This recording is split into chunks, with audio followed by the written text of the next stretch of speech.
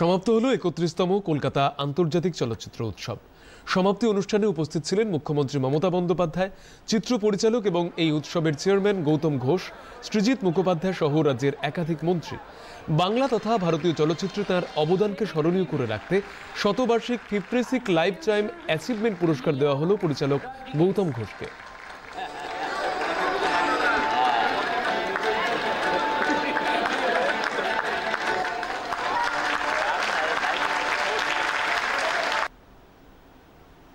অন্যদিকে জয়দীপ বন্দ্যোপাধ্যায় পরিচালিত বিজয়ী যাপনের পটকথা পেল বেস্ট ইন্ডিয়ান ডকুমেন্টারি ফিল্মের জন্য golden royal Bengal tiger award. Indian documentary films অনেকটা লম্বা পথ পেরিয়ে আজকে এখানে এতগুলো ফিল্ম ফেস্টিভ্যাল, হলে মাটিতে বসে ছবি দেখা, অনেক কিছুই মনে পড়ছে।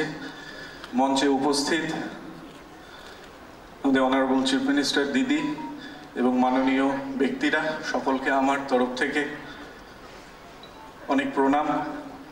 আপনারা যারা এসছেন সকলকে অনেক ভালো লাগা।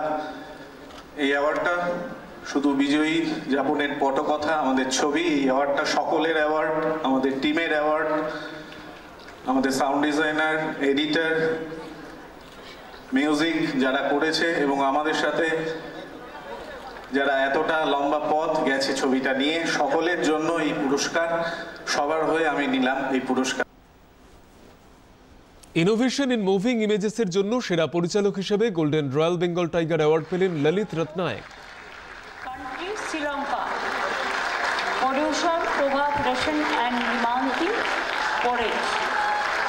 for the best director for international competition on innovation in moving images. Congratulations.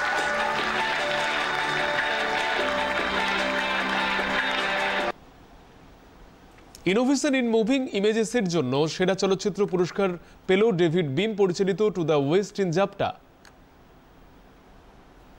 Triveni Roy পরিচালিত ছোড়া জাস্তাই পেল হীরালাল সেন মেমোরিয়াল পুরস্কার।